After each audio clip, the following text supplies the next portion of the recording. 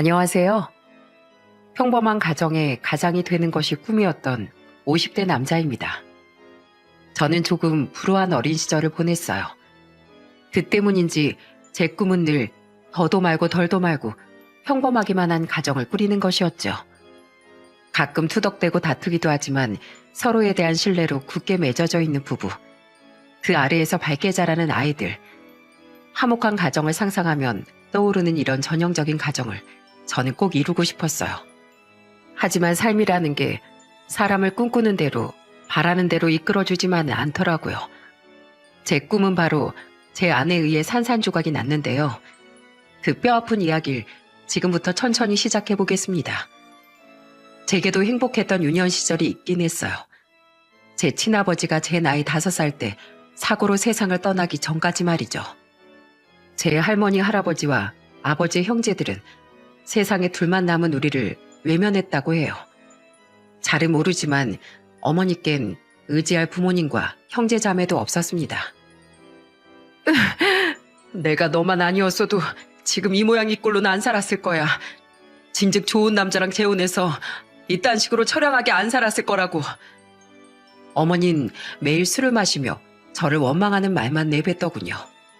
그러다 어디서 만났는지 제 나이 8살 때 저보다 2살 어린 딸을 혼자 키우고 있던 새아버지와 재혼을 하시더라고요. 하지만 어머니는 끝내 술을 끊지 못했고 자신의 딸을 잘 키워줄 사람이 필요했던 새아버지는 그런 어머니와 절 매몰차게 버려버렸습니다. 재혼한 지 3년 만에 말입니다. 그리고 어머니는 이혼한 지 한 달 뒤 스스로 극단적인 선택을 하셨어요. 고작 11살이었던 저만 홀로 남겨두고 말이에요. 그렇게 전 상처와 충격이 얼룩진 채 고아원으로 향하게 됐죠. 고아원 생활은 그럭저럭 괜찮았습니다. 원장님과 선생님들이 좋은 분들이었거든요. 때문인지 늘 불안에 떨던 지난날보다 오히려 그때가 마음은 훨씬 편하게까지 느껴졌죠. 하지만 저는 늘 제가 갖지 못했던 평범한 집에서 자란 학교 친구들이 부러웠고 그렇게 자연스럽게 제 꿈은 커서 평범하고 화목한 가정을 꾸리는 것이 됐어요. 전의 학창시절 끝없이 공부에만 몰두했습니다. 꼭 성공한 어른이 돼서 가정을 지킬 수 있는 멋진 남자가 되고 싶었거든요. 다행히 성인이 된 전 고아원을 후원해 주시던 분들 덕에 서울에 있는 대학을 힘들게나마 졸업할 수 있었어요. 그 뒤엔 열심히 취업을 준비한 끝에 그 들어가기 힘들다던 공기업에도 입사할 수 있었죠. 제가 세상에서 받은 도움에 보답하기 위해 저도 취업 직후부터 지금까지 소액이나마 꾸준한 기부와 후원을 이어오고 있답니다. 그리고 저는 34살 때 직장 동료 결혼식 피로연 자리에서 2살 어린 아내를 만났어요. 아내는 교정직 공무원인 교도관이었는데 웃는 모습이 참 예쁜 사람이었죠. 그렇게 2년의 연애 뒤 저는 나이 36에 드디어 제 가정을 꾸리게 됐습니다. 결혼식 날 드디어 내게도 가족이 생기는 날이 오는구나 싶어 감격의 눈물까지 흐르더군요. 울지 말게. 좋은 날인데 왜 우나. 앞으로 나랑 집사람이 자네에게 부모가 되어주겠네. 우린 분명 좋은 가족이 될 거야. 장인 장모님은 고아였던 절 전혀 못마땅하게 여기지 않고 오히려 자식으로 품어주신 아주 좋은 분들이셨습니다. 결혼식 날 눈물 범벅인 절 두 분은 따뜻하게 안아주며 저렇게 말씀하셨죠. 그 뒤 저는 아내와 순서대로 아들 하나, 딸 하나를 낳으며 행복에 행복을 더해갔어요. 상냥한 아내와 해가 지날수록 더욱 사랑스러워지는 자식들을 보니 하루도 가슴 벅차지 않은 날이 없더라고요. 그렇게 전 그토록 꿈꿔왔던 행복한 가정을 갖게 됐습니다. 아내에겐 부동산 중개인으로 일하던 여동생이 하나 있었어요. 처제는 아내처럼 활발하고 털털한 사람으로 많이 닮은 두 자매는 사이가 굉장히 좋았죠. 여보, 주말에 애들 좀 혼자 봐줄 수 있어? 당연하지. 근데 어디 가려고? 아, 또 처제랑 약속 있는 거야? 미용실 간지 오래돼서 같이 머리도 하고 오랜만에 기분 전환할 겸 쇼핑도 하고 오려고. 알았어. 끝나고 집으로 와. 내가 맛있는 거 해놓을게. 박서방도 불러서 넷이서 한잔하자. 때문에 저는 처제와 제가 결혼한 지 3년 뒤 처제와 결혼한 제 손아래 동서와도 가깝게 지냈습니다. 두 자매가 워낙 친하니 집안 사이끼리도 가까워진 거죠. 형님, 오늘 닭발이 땡기는데 퇴근하고 오랜만에 남자들끼리 닭발에 소주 어떠세요? 오늘은 이 동생이 사겠습니다. 매번 형님께 얻어먹기 죄송해서라도 오늘은 꼭 제가 낼 거예요. 동선 굉장히 서글서글하고 싹싹한 사람이었어요. 그런 동서가 마음에 들어 잘해주고 싶은 마음에 먼저 동서에게 연락도 하고 술도 자주 사주었죠. 동서 또한 늘 형님 형님 하면서 고맙게도 절 잘 따라주었어요. 한 번은 마냥 밝기만 할 줄 알았던 사람이 술에 취해 힘들었던 과거를 털어놓기도 하더군요. 형님, 저도 형님처럼 결혼 전엔 가족이 없었던 거 알고 계시죠? 저는요, 어머니는 얼굴도 몰라요.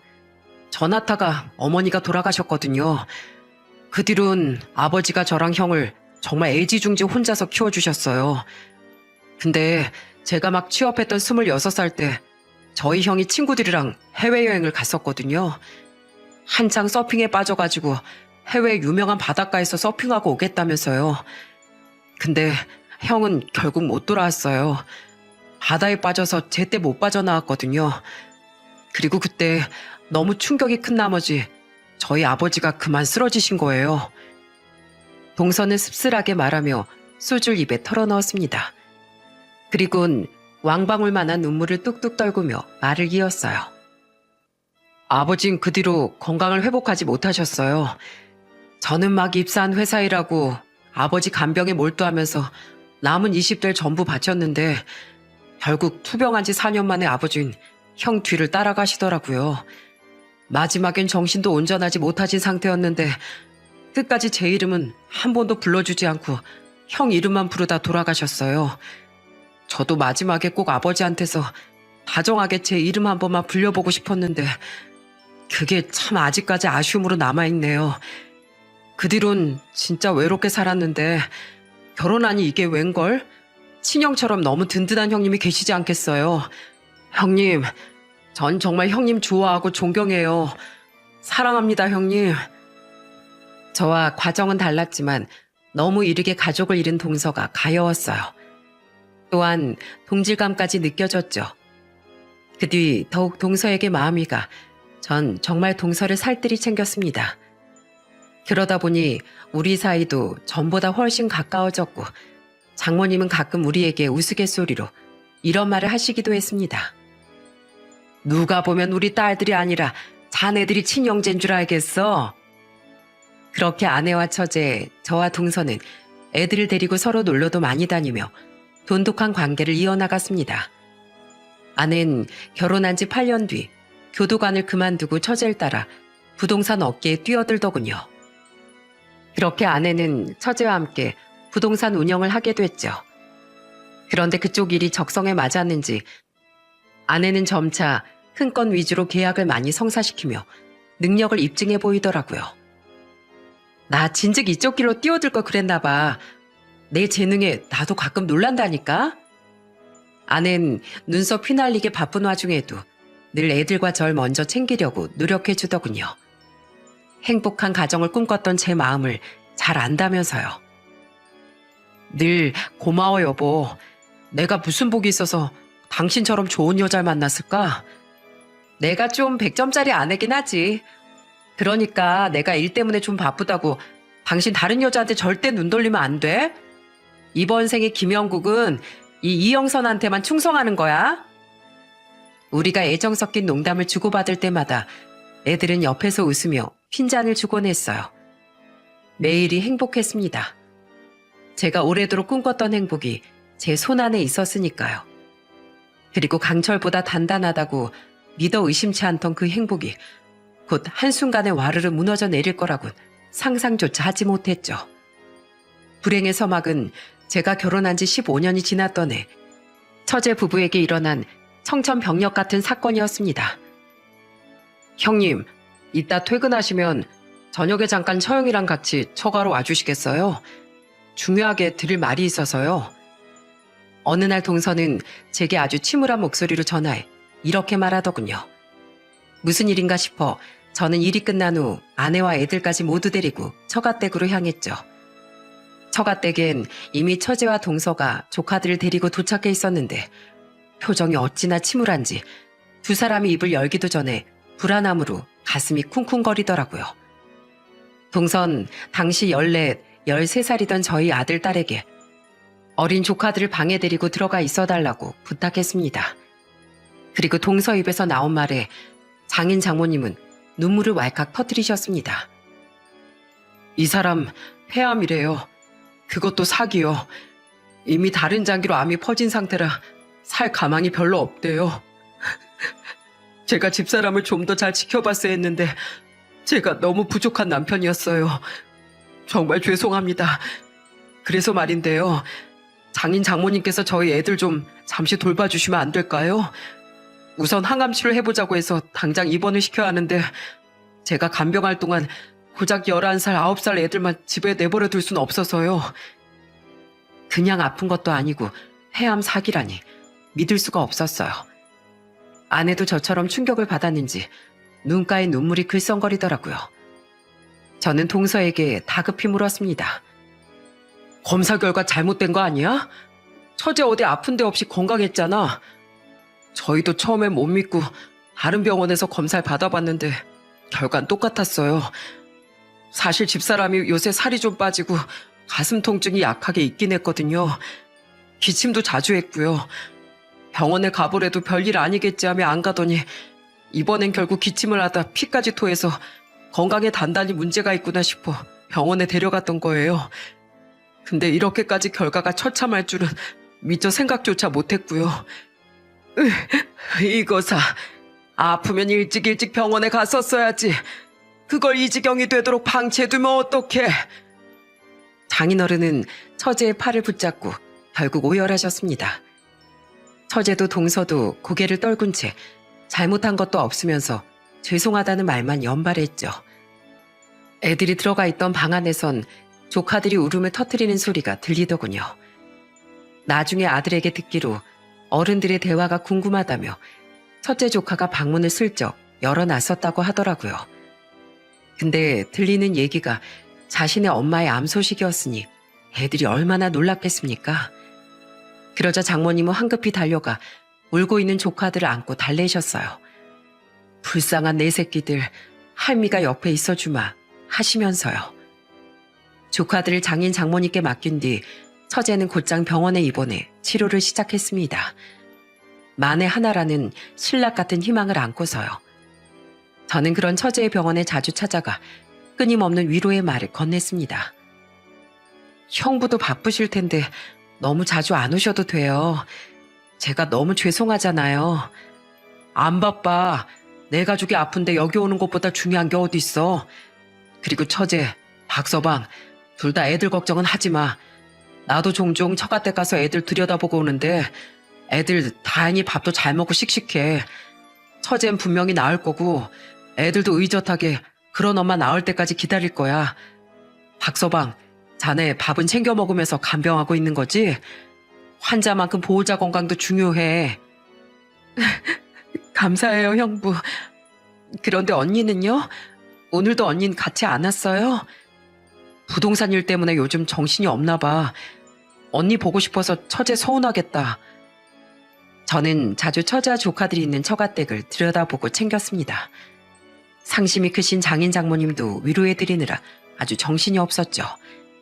그런데 그런 저와 조카들을 데리고 일주일에 하루 이틀씩 병문안을 가시던 장인 장모님과 달리 아내는 처제가 빠지자 일이 너무 바쁘다며 2주에 한 번 정도씩만 얼굴을 비추더군요. 그래도 처제와 만나면 여전히 애틋해 보였기에 그러려니 했는데 문제는 처제의 암이 결국 말기에 접어들면서부터였어요. 처제, 병원 옮기니까 어때? 좀 편해? 네, 괴로운 항암 받으면서 가망도 없는 헛된 희망에 매달리는 것보다 고통도 덜한 여기가 훨씬 편하고 좋네요. 치료 3개월 뒤 급격히 상태가 나빠진 처제는 결국 항암 치료를 중단하게 됐습니다. 병원에서도 처제의 체력이 더는 힘든 항암을 버티기 힘든 상태라며 호스피스나 요양병원으로의 전원을 권하더라고요. 마지막을 보다 편안히 보내다 가는 게 나을 거라면서요. 그렇게 시한부 판정을 받은 후 전과 달리 몰라보게 야윈 처제는 호스피스 병원으로 옮겨가게 됐어요. 그런데 그때부터 아내는 병원으로 찾아가긴커녕 처제에게 전화도 한 통 안 하지 않겠어요? 저는 의아한 마음으로 아내에게 물었습니다. 당신 왜 처제한테 요즘 한 번도 안 가? 처제 상태가 날이 갈수록 안 좋아지고 있어. 처제 많이 힘들어하던데 당신 보면 힘을 좀 얻지 않겠어? 그렇게 둘이 붙어 다니더니 왜 그래? 내가 뭐 안 가고 싶어서 그러나? 안 그래도 요즘 바쁜 일이 한두 가지가 아닌데 걔가 없으니까 더 정신없어 죽겠어. 당신이 계속 들여다보고 있잖아. 그걸로 됐지 뭘 그래. 제가 처제 이야기를 꺼낼 때마다 아내는 피곤한 듯 빨리 대화를 마무리해버리더군요. 얼마 못 살 처제 생각에 힘들어서 그러는 건지 다른 이유가 있는지 전혀 모르겠더라고요. 그런데 그런 아내에게 더한 의문을 품기도 전에 또 다른 불행이 우리를 강타했습니다. 그건 바로 처제가 호스피스 병원으로 옮겨간 지 한 달 뒤 이번엔 동서가 간경화 말기 판정을 받은 거예요. 동선 회사에 있던 제게 전화해 어린애처럼 펑펑 울며 그 사실을 말해줬어요. 당장 병원에 입원해서 치료받고 하루빨리 간이식을 받지 못하면 저 살 가능성이 없대요. 그냥 계속 몸이 붓고 배가 더부룩하길래 혹시 몰라서 간 병원이었는데 이게 뭐예요? 혹시라도 저까지 잘못되면 저희 애들 앞으로 어떡하냐고요. 하늘도 무심하시지. 어떻게 이런 일이 있을 수 있답니까? 같은 시기에 어떻게 부부 두 사람 모두에게 이런 잔인한 일이 생길 수 있냐고요. 너무 답답한 마음에 저까지 눈물이 나더군요. 동선 우선 급하게 병원에 입원해 간 공여자를 기다리게 됐습니다. 하지만 불안한 마음에 알아보니 동서처럼 하루가 급한 말기 환자에게 시간에 맞춰 공여자가 나타나는 일은 하늘의 별 따기라고 하더군요.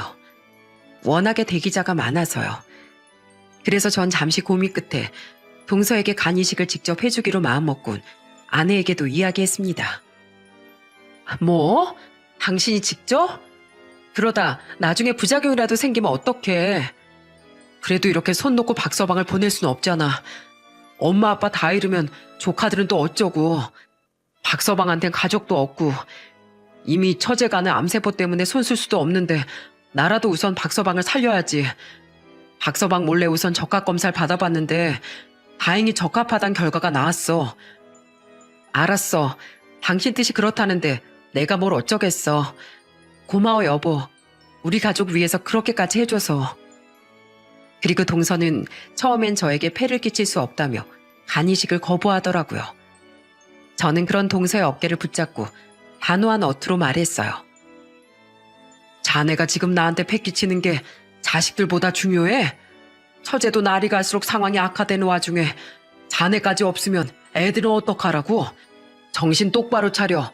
자넨 아빠야. 우리처럼 자네 애들까지 부모 없는 애들 만들기 싫으면 나한테뿐만 아니라 누구한테 폐를 끼치든 싹싹 빌든 살아남아야지. 알겠어요, 형님. 저 살면서 이 은혜 절대 잊지 않을게요.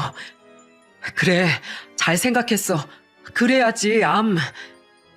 그렇게 저는 동서에게 간이식을 해주게 됐습니다.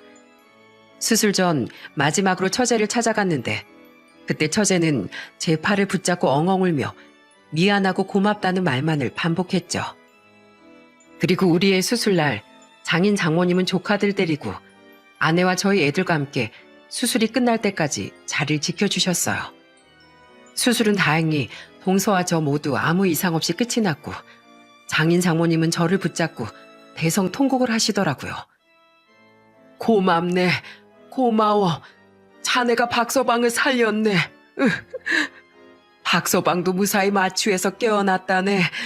나랑 영감이라 혹시 우리 사이들 잘못될까봐 얼마나 마음 졸였는지 몰라. 아내 또한 애들과 함께 저를 보며 안도의 눈물을 흘리더군요. 그리고 일주일 뒤 저는 조금 더 관리가 필요한 동서보다 먼저 퇴원을 하게 됐습니다. 같은 병원에 입원해 있던 제게 하루도 빠짐없이 고맙다고 말하던 동서는 그날도 마찬가지로 아직 느린 걸음을 걷는 저를 보며 눈물을 흘리더군요. 형님, 괜찮으신 거죠? 괜찮으니까 병원에서 퇴원하라고 했겠지. 박서방, 나한테 고마우면 열심히 자네 건강 회복하고 운동도 하는 거야. 알았지? 새로 얻은 인생, 앞으로 애들하고 자네 자신을 위해서 아주 열심히 살면 나한테 바로 그게 은혜를 갚는 일이야. 그런 동서의 어깨를 두드린 뒤 전 혼자서 퇴원을 했습니다. 대낮이라 애들은 학교에 있는 시간이었고 아낸 중요한 고객을 만나느라 시간을 빼지 못했다며 제게 미안해했어요. 장인 장모님이라도 오겠다고 성하셨지만 전 택시를 잡아 타고 가면 된다며 극구 거절했죠. 그리고 퇴원 후 제일 먼저 제가 향한 곳은 집이 아닌 처제의 병원이었습니다. 몸이 아직 힘들긴 해도 걱정하고 있을 처제가 걱정됐거든요. 살 날이 얼마 안 남은 처제를 한 번이라도 더 보고 싶기도 했고요.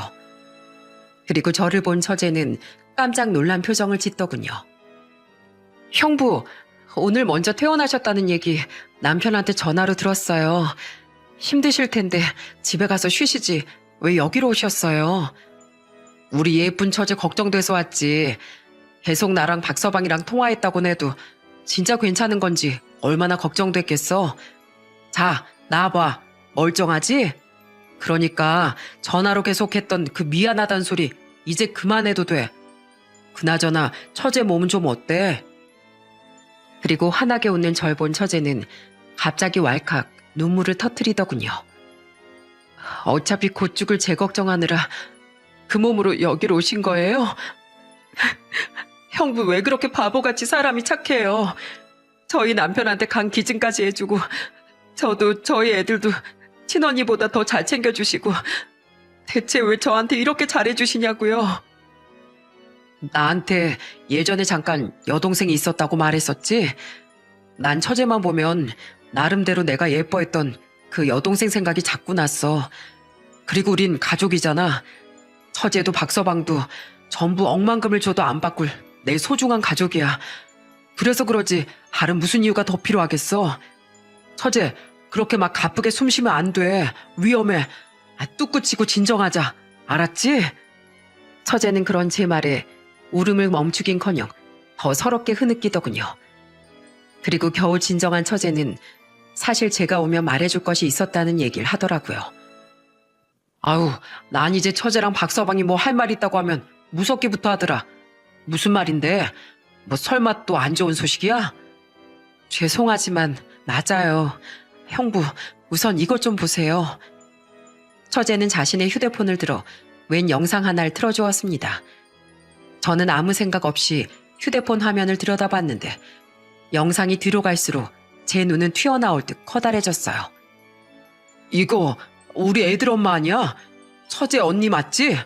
근데 이건 누구야?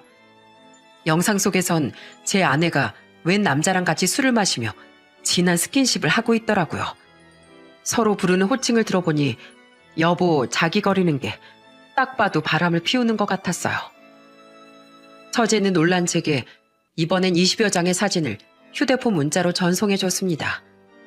그 사진 속엔 딱 봐도 외도 관계인 듯한 아내와 영상 속 남자가 찍혀 있었는데 더 충격적인 건 사진들 속 남자가 그 남자 하나가 아니었다는 거예요.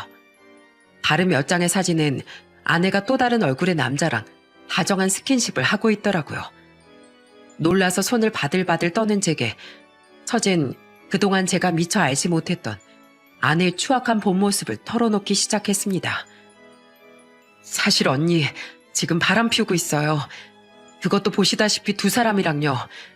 한 사람은 만난 지 4년쯤 됐고 다른 사람은 3년쯤 된 걸로 알아요. 두 놈 다 유부남이고 언니한테 남편 있는 것도 다 알면서도 서로 재미지기라고 만나는 거예요. 뭐 스릴감 느끼는 게 좋다나요? 그 영상하고 사진들 언니가 사람 쓰고 자기가 몰래 카메라 설치하기도 하면서 다 직접 찍은 거예요. 나중에 급정 같은 거 필요할 때 그거 빌미로 그놈들 아내들한테 폭로한다고 겁박해서 그 남자들한테 돈 뜯어낼 거라고요. 저희 언니 형부 생각보다 훨씬 문란하고 무서운 사람이에요. 전 그것들이 부동산에 있는 언니 컴퓨터에 저장돼 있던 걸 알아서 며칠 전에 병원 빠져나가서 언니 없을 때 몰래 그것들 제 휴대폰에 옮겨온 거고요. 하지만 처제 언니는 휴대폰 잠금 한 번 안 걸어놓을 만큼 꺼릴 게 없는 사람이었어. 처제도 알잖아. 처제 언니가 얼마나 나랑 애들한테 성실하고 잘했는지. 충격도 정도껏이어야지. 이건 무슨 말부터 어떻게 꺼내야 할지 모르겠더라고요. 처젠 그런 저를 보며 계속해서 폭로를 이어갔어요. 그러니까 무서운 거죠. 언니 휴대폰 2개였어요. 하나는 부동산 서랍에 넣어놓거나 차에 숨겨두고 다니면서 형부한테 철저하게 존재 숨긴 거죠. 저희 언니 바람이야 그 두 놈하고만 피우고 있다지만 일 자체를 정말 지저분하게 했어요. 딱 봐도 원하는 거 뻔한 돈 많은 남자 고객들만 노리고 접근해서 술 접대하고 데이트해주면서 큰 계약들 성사시켜댄 거예요. 처음엔 안 그랬는데 우연히 그런 큰 고객 한번 접하더니 그 뒤론 맞들려서 일을 그렇게 하고 다니더라고요. 지금 바람 피우고 있는 두 남자도 처음엔 그렇게 만났다가 지금껏 관계를 가져오고 있는 거예요. 저희 언니 이런 사람이에요. 그러니까 형부, 지금이라도 언니랑 얼른 이혼하세요. 그걸 처젠 다 알고 있었다고? 알면서 나한테 모른 척 했던 거야? 대체 왜? 내가 처제한테 얼마나 잘해줬는데. 믿고 싶지 않아도 증거가 떡하니 있으니 그럴 수도 없었습니다. 그리고 아내도 아내지만 모든 사실을 알면서도 입을 다물었던 처제에게도 배신감이 밀려왔어요. 그러자 처제는 눈물을 글썽이며 이렇게 말하더라고요. 죄송해요, 형부. 전 사실 돈에 눈이 멀어 있었어요. 언니 남자들한테 그렇게 부동산 계약 따내는 거 외에도 부동산 사기를 치면서 돈을 벌었거든요. 사문서 위조 기본에 투자 가치도 없는 땅을 팔아서 투자금을 일부 챙기거나 사기 집단을 도와서 매매 사기를 치고 비싼 중개료만 중간에서 가로챘고요. 고소당하지 않게끔 아주 교묘하게요. 전 그 돈을 보고 눈이 돌아서 언니를 말리긴커녕 언니랑 같이 사기를 치고 다녔어요. 형부도 아시죠? 저희 친정 예전에 정말 찢어지게 가난했던 거요. 그때 너무 힘들었다 보니까 돈 앞에서 그만 사람이 무너지더라고요. 그래서 저한테 그렇게 잘해준 형부를 배신하고 그동안 모른 척했던 거예요. 그럼 이제 와서 왜 마음이 바뀐 건데? 형부가 죽을 날 받아둔 저랑 제 남편한테 이렇게까지 해주시는데 어떻게 마음이 약해지지 않을 수 있겠어요. 그리고 저희 언니 보셨죠? 그래도 시한부 선고받기 전엔 그나마 몇 번 얼굴 들이미는 척이라도 하더니 호스피스 병원으로 옮기고 나선 전화는커녕 얼굴도 한번 안 비추는 거예요. 제가 전화로 한번 어떻게 나한테 이럴 수 있냐고 화를 냈더니 바쁜데 어쩌라고 하면서 적반하장으로 저한테 화를 내고 끊더라고요. 이제 전 신경 쓸 필요가 없는 사람이다 이거죠. 저희 남편한테 간이식까지 해준 형부를 두고 그런 인간을 끝까지 언니라고 감싸고 있는 제 자신이 바보 같더라고요. 그래서 형부 태어나면 양심 고백을 해야겠다고 마음먹고 몰래 부동산까지 다녀왔던 거예요. 처제는 그런 제게 자신을 때리고 원망해도 할 말 없다며 흐느꼈습니다. 너무 앙상해져서 뒷목의 뼈까지 고스란히 드러난 처제에게 뭐라고 화를 내 의지조차 사라지더군요. 처제가 안쓰러워서도 있지만 수술 받은 지 일주일밖에 안 된 데다 아내의 엄청난 실체에 충격을 받아 도무지 정신을 차릴 수가 없겠더라고요. 처제는 마지막으로 제게 이젠 제게 모든 걸 말했으니 제가 돌아가면 곧장 경찰에 자수를 할 거라고 말했습니다. 미리 준비해둔 증거들을 전부 다 가지고서요. 언니를 위해서라도 꼭 자수해야 돼요. 이게 맞아요. 저희 언니 지금은 저 정도지만 돈에 눈이 멀어서 나중에는 어떤 더 큰 괴물이 될지 몰라요. 지금이라도 언니를 막는 게 언니뿐만 아니라 우리 조카들, 부모님 모두를 위한 일이라고 생각했어요. 그래도 형부가 더 큰 충격을 받지 않게 자수보단 형부에게 먼저 말하는 게 우선이라고 생각해서 기다리고 있던 거예요. 형부, 다시 한번 정말 죄송합니다. 저는 아무 말 없이 망연자실함과 배신감으로 얼룩진 마음을 이끌고 처제의 병실을 나왔습니다. 마음 같아선 넌 그랬으면 안 됐다. 난 물론이거니와 어떻게 다른 사람들 눈에 피눈물을 내고 돈을 벌 생각을 하냐 하고 혼이라도 내주고 싶었어요. 하지만 이미 자신의 목숨으로 죗값을 받게 된 처제에게 입이 떨어지지 않았던 거죠. 그 뒤 저는 택시를 타고 이번엔 아내의 부동산으로 향했습니다. 사랑하는 아내가 사실은 바람 피운 것도 모자라 끔찍한 범죄자였다니 처제에게 느낀 건 비교도 안 될 정도로 엄청난 배신감이 밀려왔으니까요. 그런데 부동산에 도착해보니 부동산 문이 닫혀 있더군요. 분명 일 때문에 병원에 못 온다고 했던 사람인데 말이죠. 저는 아내에게 전화해 화를 꾹 참고 부동산 앞에 왔는데 어디냐고 물었습니다. 그러자 아내는 당황한 말투로 고객이 밖에서 만나자고 해서 잠깐 나왔다. 금방 들어갈 거다. 하고 대답하더라고요. 여보, 왜 집에 안 가고 여기로 왔어? 안 힘들어? 우선 들어가자. 그리고 30분 뒤 허겁지겁 달려온 아내의 몸에선 약하게 술 냄새가 나더군요. 아내와 부동산 안으로 들어간 전 제게 할 말이 없냐고 물었습니다. 그러자 아내는 아무것도 모르는 척 무슨 얘기? 하고 제게 되묻더라고요. 그때부터 전 아내에게 빠르게 윽박지르기 시작했죠. 무슨 얘기? 당신이 무려 두 놈이랑 몇 년씩 바람피우고 있다는 얘기나 돈 많은 남자들한테 술 따르고 데이트해줘가면서 계약 따냈다는 얘기 같은 거. 당신한테 지금 술 냄새 나는 거 알아? 대체 일 집밖에 모르는 여자가 언제 바람을 피웠나 했더니 대낮부터 이렇게 술 처먹고 남자들 만나러 다니는 거였어? 이 무서운 여자야. 당신이 어떻게 나한테 이럴 수가 있어? 그걸 당신이 어떻게 알았어? 당신 하도 수상해서 내가 몰래 뒷조사 좀 해봤다. 나 이미 증거도 다 가지고 있어. 발뺌할 생각은 하지도 마. 저는 놀란 아내에게 처제 이야기를 숨겼습니다. 처제 이야기라면 어쨌든 제게 모든 사실을 알려준 데다 안 그래도 아픈 처제에게 아내가 해코지라도 할까봐 걱정됐으니까요. 그러자 아내는 사색이 된 채 제게 변명을 해대더라고요. 미안해 여보. 근데 나 그냥 우리 네 식구 더 잘 먹고 잘 살았으면 하는 마음에 그랬어. 더 많이 돈 벌려고. 웃기지 마. 다른 놈들은 그렇다 쳐도 한 사람이 해줄 수 있는 계약이 많으면 얼마나 많아서 그 두 놈하고 3, 4년씩을 바람을 피웠겠어? 그냥 당신도 즐긴 거잖아. 나한텐 바람 피우면 죽어 어쩌고 하더니만 당신이 뒤로 이딴 짓이나 하고 있었으니까 그딴 말을 한 거구나. 그지? 제 말에 아내는 더 이상 변명하지 못하고 꿀먹은 벙어리가 됐습니다. 저는 그런 아내에게 계속해서 소리쳤어요. 그러자 아내는 험상궂은 표정을 짓더니 마치 다른 사람처럼 싸납게 돌변하더라고요. 당신하고는 당장 이혼이야. 당신처럼 비도덕적이고 비윤리적인 엄마 아래서 우리 아들, 딸 절대 못 키워. 아, 진짜 남자가 더럽게 땡땡대네. 돈 잘 벌어온다고 좋아할 때는 언제고. 그래, 해 이혼. 내가 당신하고 애들 없으면 뭐 잘 못 살 줄 알아?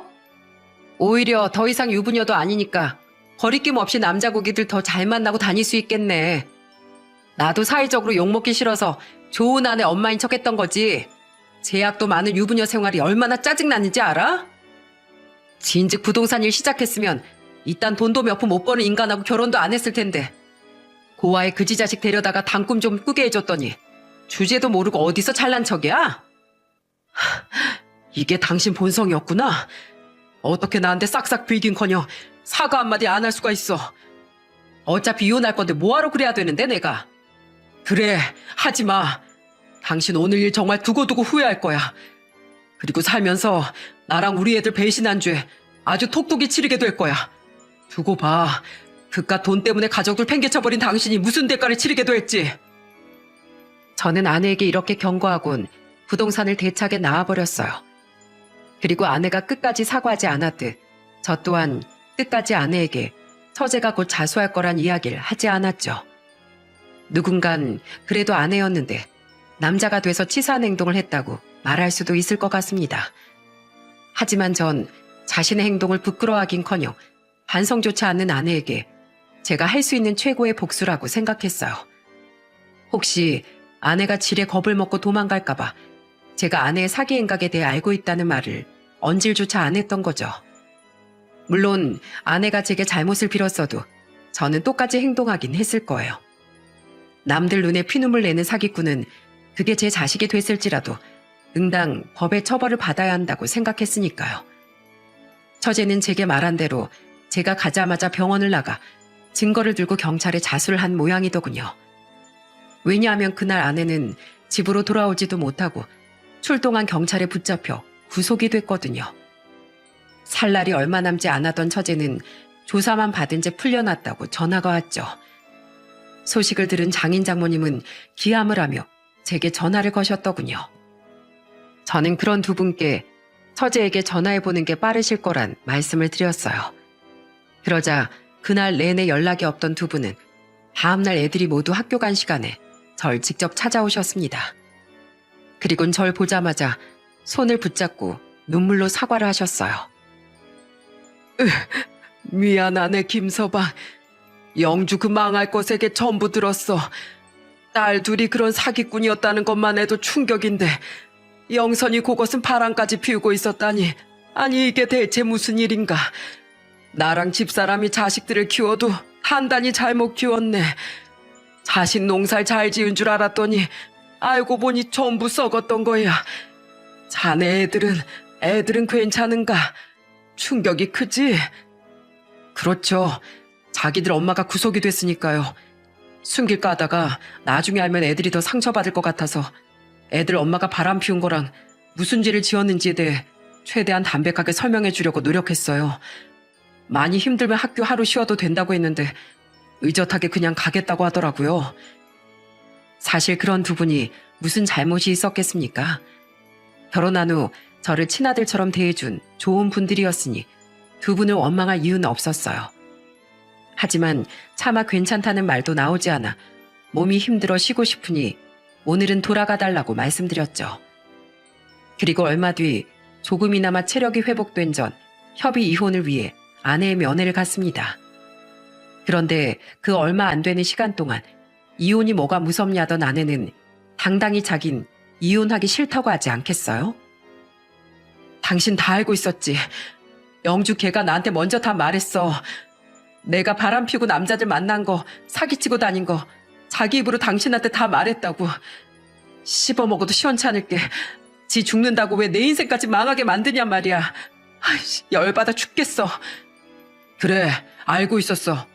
근데 그게 뭐? 그게 이혼이랑 무슨 상관인데? 상관 있지. 당신이 그때 나한테 말만 해줬어도 내가 지금 이 꼴 되기 전에 도망이라도 갔을 거 아니야. 근데 나 이렇게 만들어 놓고 당신만 행복 찾아서 가겠다고? 절대 그 꼴은 못 보지. 알면 알수록 정말 제가 알던 아내의 모습은 하나도 남아있지 않더군요. 그런 아내가 너무 끔찍하게 느껴졌어요. 협의 안 하면 소송 걸면 그만이야.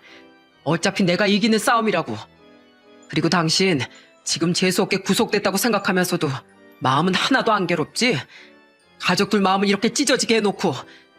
근데 과연 평생 괜찮을까?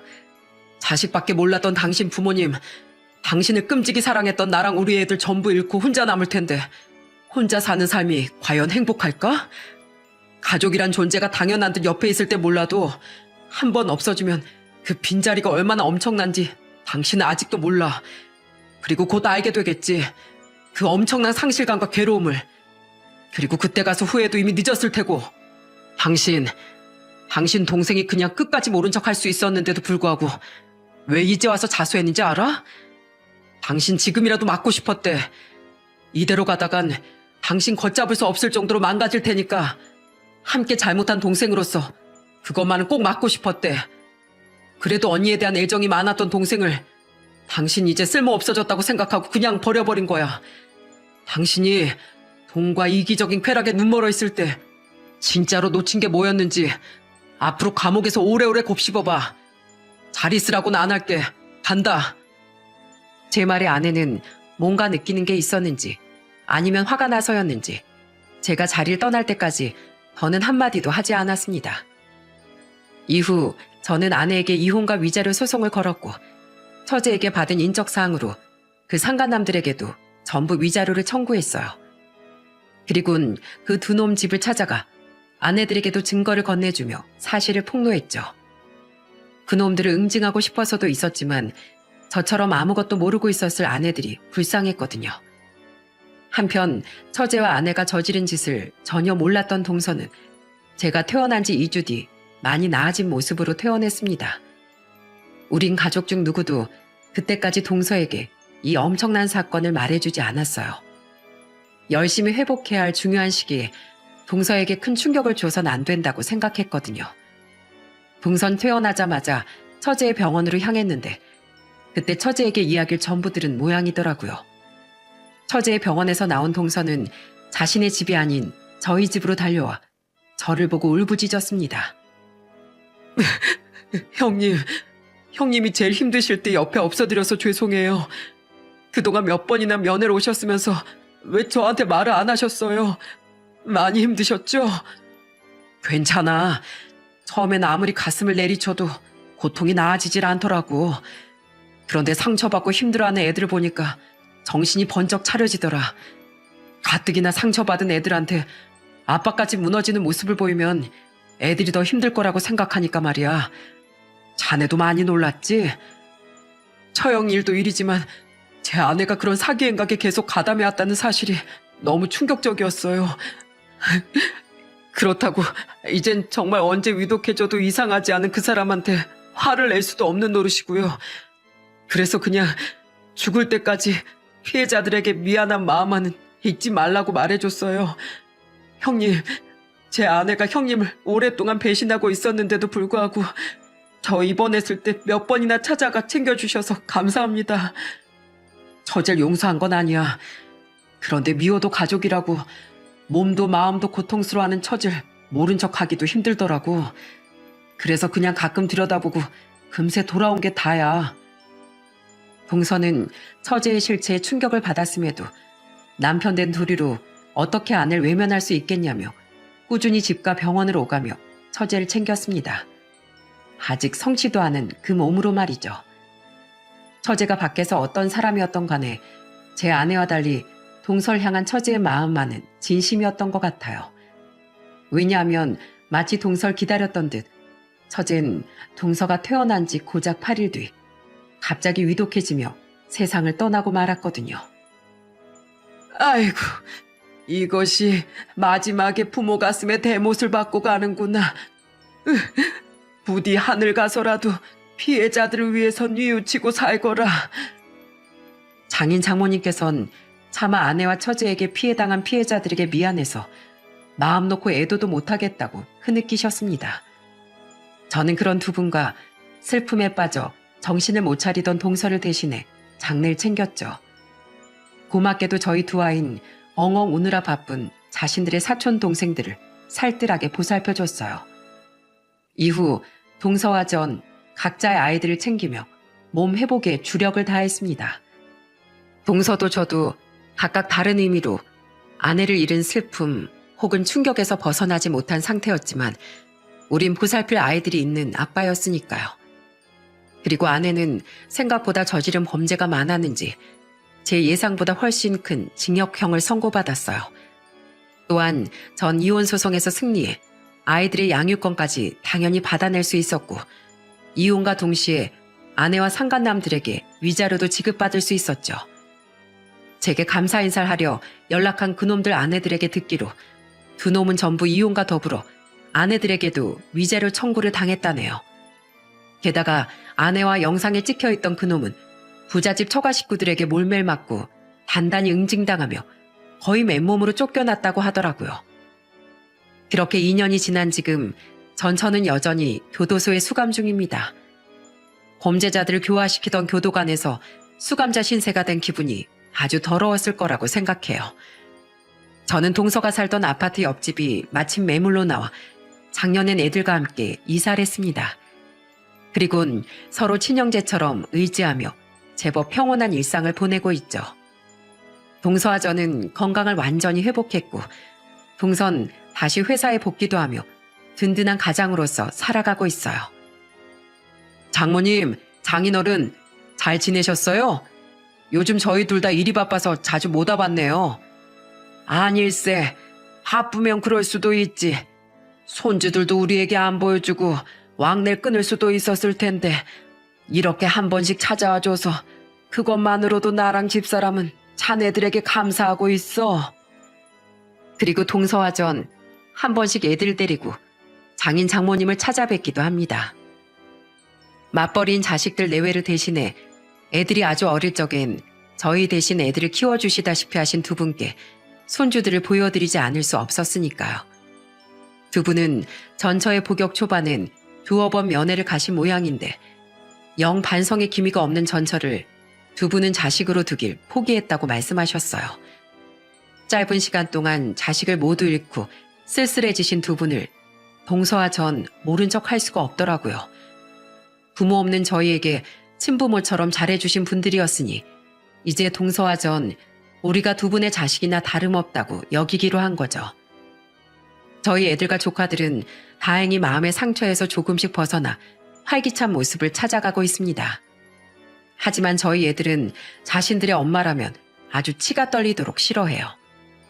아마 배신감을 크게 느낀 것 같은데 그런 아이들의 마음을 저는 최대한 보듬어 주려고 노력하고 있어요. 저처럼 애들이 지금 시절을 불행하게 여기며 부모에 대한 반감을 가지고 살게 하고 싶지 않으니까요. 혹시 언젠가 전처가 자기 잘못을 뉘우칠지 모르겠습니다. 하지만 절 포함한 모두의 마음이 이미 크게 돌아서 버렸으니 가족을 영영 잃는 것, 그게 아마 전처가 평생 짊어지고 살아야 할 대가가 아닐까 싶네요. 전 이렇게 어릴 적부터 꿈꾸던 평범한 가정을 이루는 데는 실패했습니다.